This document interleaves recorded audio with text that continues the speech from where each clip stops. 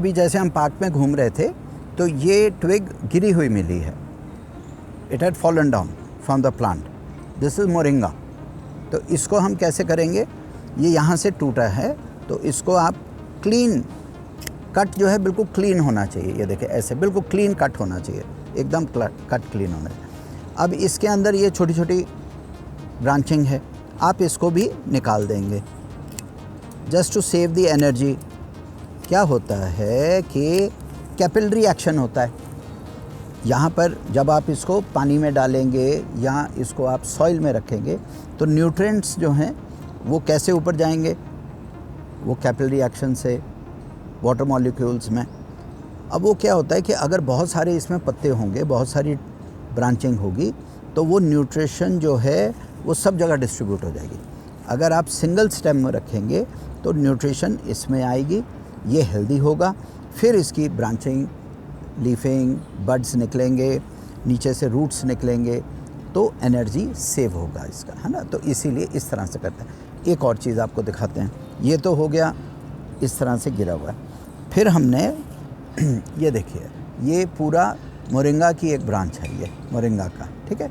इसको आपने क्या करना है, एक हाथ का ये इस तरह से लेते हैं, this is the way you measure it, ठीक है, एक हाथ।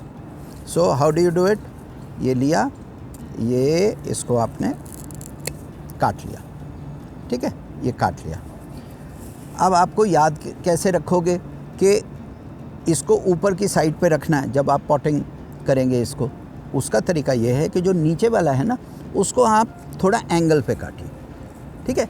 इसको बिल्कुल सीधा रखिए, उसको एंगल पे काटिए। तो आपने इसको हल्का सा प्रूनर को पकड़ के, ये देखिए, ये मैंने इसको नियरली 45 डिग्री के एंगल पे काट दिया। तो इससे जो है आपका सरफेस एरिया बढ़ गया, रूट्स इसी में से निकल आएंगे जब आप इसको पॉट में डालेंगे, गमले में डालेंगे, राइट। और ऊपर से जो है पत्ते आने शुरू हो जाएंगे। This is the right way.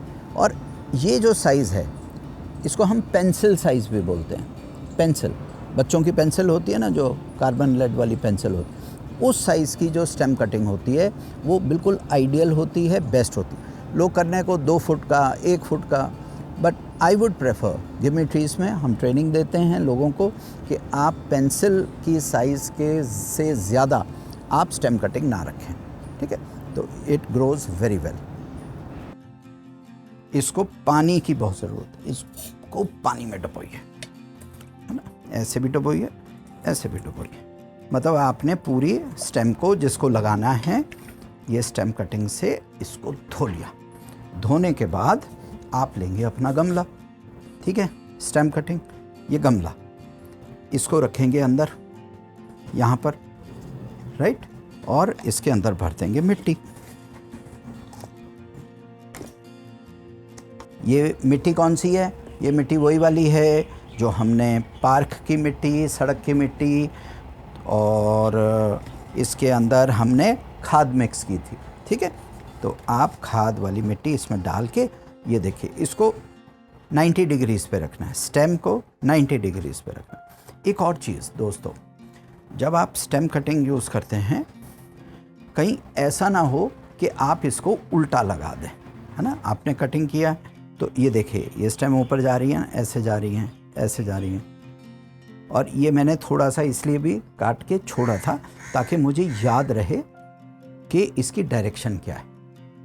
हाँ, तो इस तरह से बस ये लगाया और अब इसको दबा दीजिए। हमने मिट्टी को दबा दिया, लो जी, आपकी स्टेम कटिंग से ये चीज़ तैयार हो गई। ये देखिए, हमने इसमें और मिट्टी डाली,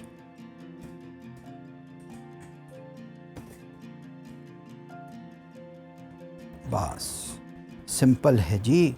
बैल्कनी में, टेरेस पे आप अपना पूरा पीपल की सैपलिंग की नर्सरी तैयार कर सकते हो। हम तो करते हैं, हम तो बहुत सारी नर्सरी तैयार करते हैं इस तरह की। ये लो जी, तैयार हो गया, ठीक है। इसको तैयार करके फिर हमने क्या कहा था, इसमें पानी डालना है ताकि मिट्टी सेट हो जाए इसमें। ये आपका पॉट रेडी है, ठीक है, सैपलिंग का। अच्छा,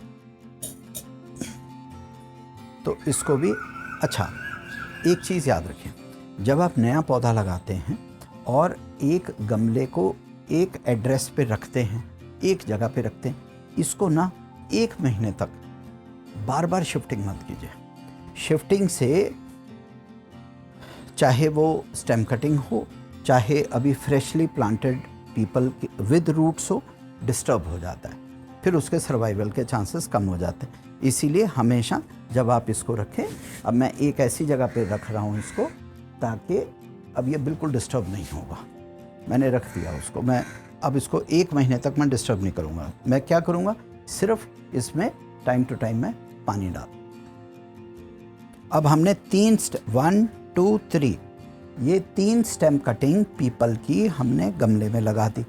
ये गमला है मिट्टी भरी, 3 स्टेम कटिंग। अब आप कहेंगे 3 क्यों लगा दी?